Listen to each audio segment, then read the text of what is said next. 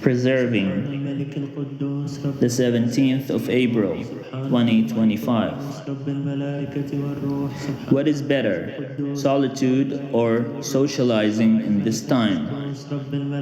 If he says solitude, I will. If he says socializing, I will. I will actually do neither of these things. We have reached a point in time where Muslims are already against Muslims, and people who try to correct things around them are eventually attacked by the same people they try to correct. It is pride at its fullest.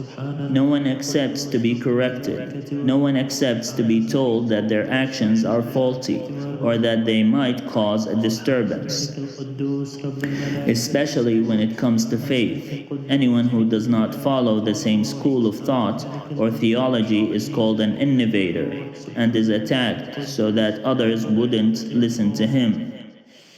People do it for the sake of doing it, for the sake of showing off, and appearing as though they are standing up for what's right and attacking falsehood.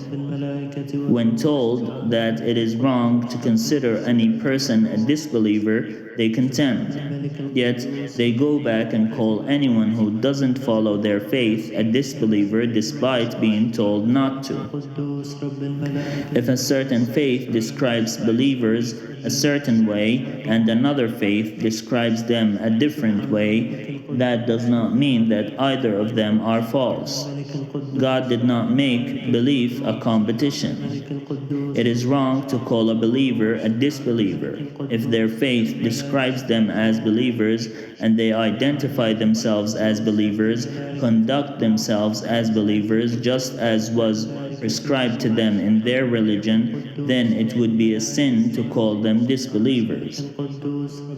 This incidentally applies to Muslims who call non-Muslims disbelievers and attack them on account of their faith and what they believe in. It also applies to Christians who call non-Christians disbelievers because they do not abide by the prescriptions of being a believer as a Christian. Similarly, it applies to Jews who call non-Jews disbelievers because they do not abide by the laws which describe believers from the standard of Judaism. Since there is a category of believers in each of these different religions, it would not be the right of either of them to call the other a disbeliever for not following their own religion. It would be sinful to call a believer in God a disbeliever and kill them despite their belief. Killing a believer is akin to killing the whole earth.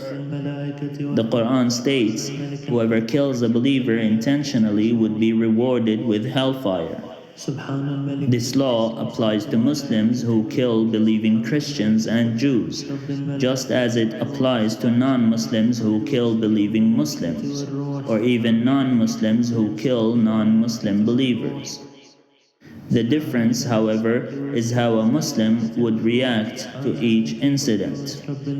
If a Muslim believer is killed on account of their beliefs, the whole Muslim people would revolt and ask retribution and revenge against the killer.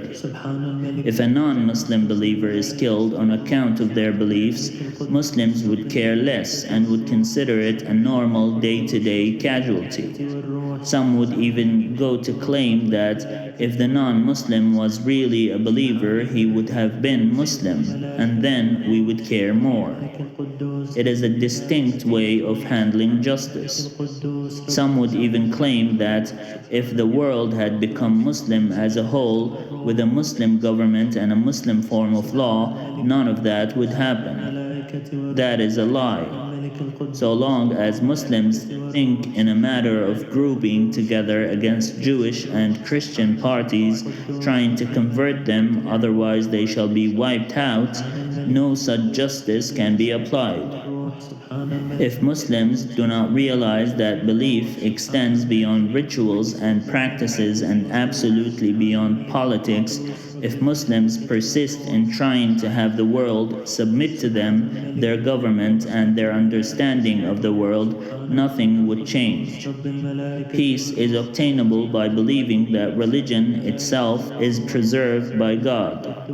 Even if people mistransmit or mistranslate or even intentionally falsify scripture from their own gains, God preserves His words and His teachings throughout history.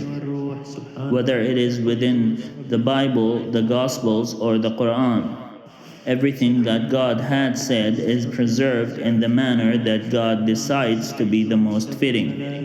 Even if He wills that someone falsify a verse, He would have done it because He willed something that we do not understand, and we should not even understand unless He wills that we do.